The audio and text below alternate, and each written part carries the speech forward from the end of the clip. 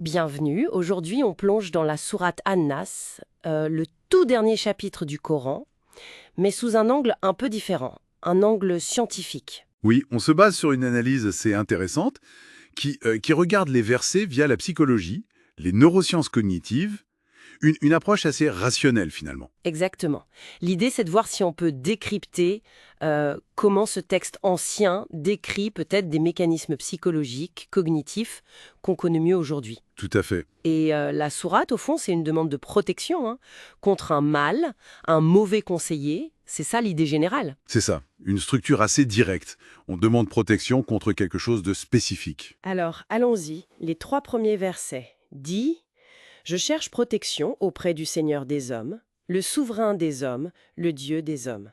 Ce triptyque, Rab, Malik, Ilah, qu'est-ce que ça évoque psychologiquement d'après la source? Alors là, c'est assez fascinant. L'analyse fait des parallèles avec des besoins humains vraiment fondamentaux. Ah oui, Oui, Rab, le Seigneur, celui qui nourrit, qui protège, ça ferait écho à la théorie de l'attachement de Bowlby, tu vois.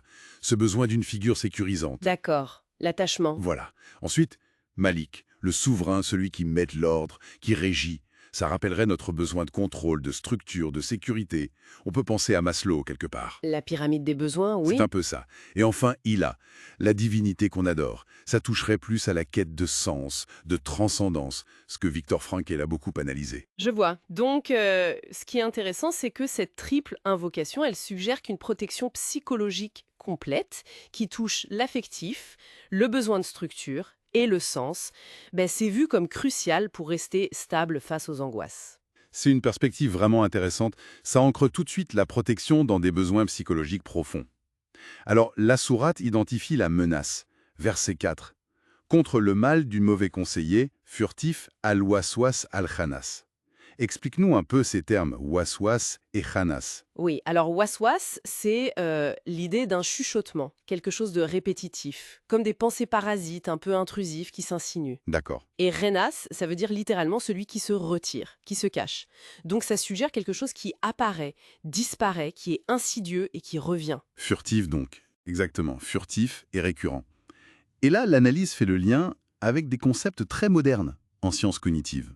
Comme par exemple? Pense aux pensées automatiques négatives. Celles décrites par Aaron Beck en thérapie cognitive, tu sais.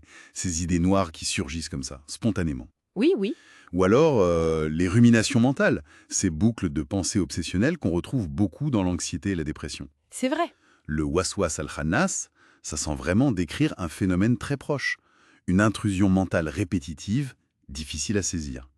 D'un point de vue neuroscientifique, on pourrait même imaginer l'implication du cortex préfrontal, notre centre de contrôle, qui essaie de gérer ça, et le système limbique, le centre émotionnel, qui s'active avec l'anxiété que ça génère. C'est clair.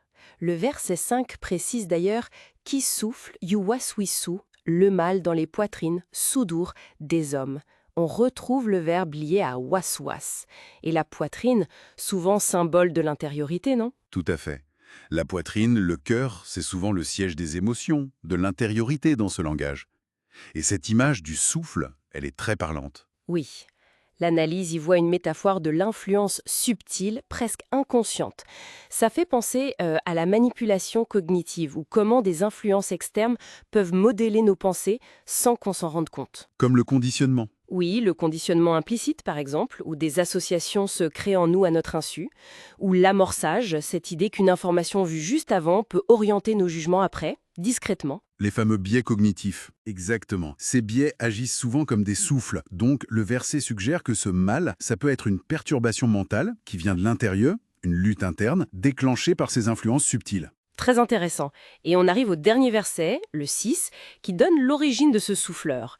Qu'il, le tentateur, soit un djinn ou un être humain. Double source donc. Comment l'analyse aborde ça? Alors, d'un point de vue logique, et même psychosociologique, c'est assez direct finalement. Les influences négatives, le waswas, ça peut venir des autres. D'accord. Les interactions toxiques, la pression sociale, les mauvaises influences, ça c'est la dimension humaine bien réelle, sociale. Logique. Mais ça peut aussi venir de l'intérieur. Nos propres pensées négatives qui tournent en boucle, nos impulsions, nos schémas, ça c'est la dimension psychologique interne. Et la mention des djinns, souvent compris comme invisibles, non? Oui, et c'est là que l'analyse propose une lecture peut-être plus métaphorique. Les djinns, ça pourrait représenter ces influences qu'on ne le voit pas, non tangibles, mais qui nous affectent quand même. C'est-à-dire? Les forces de l'inconscient, par exemple. Des pulsions qu'on ne maîtrise pas bien, des angoisses très profondes dont on ne saisit pas l'origine, peut-être même certains aspects de troubles mentaux.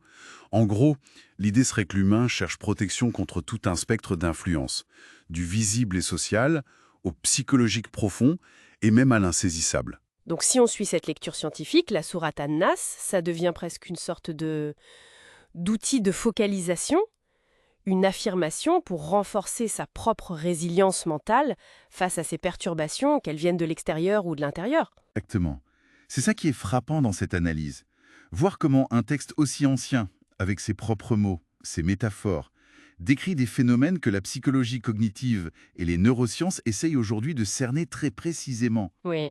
La nature intrusive des pensées négatives, l'impact des influences sociales subtiles, et peut-être même, oui, les circuits cérébraux de la peur, de l'anxiété, et comment on essaye de les réguler. C'est assez bluffant, quelque part. Voilà qui termine notre exploration de cette analyse particulière de la sourate An-Nas. Une perspective vraiment stimulante. Tout à fait.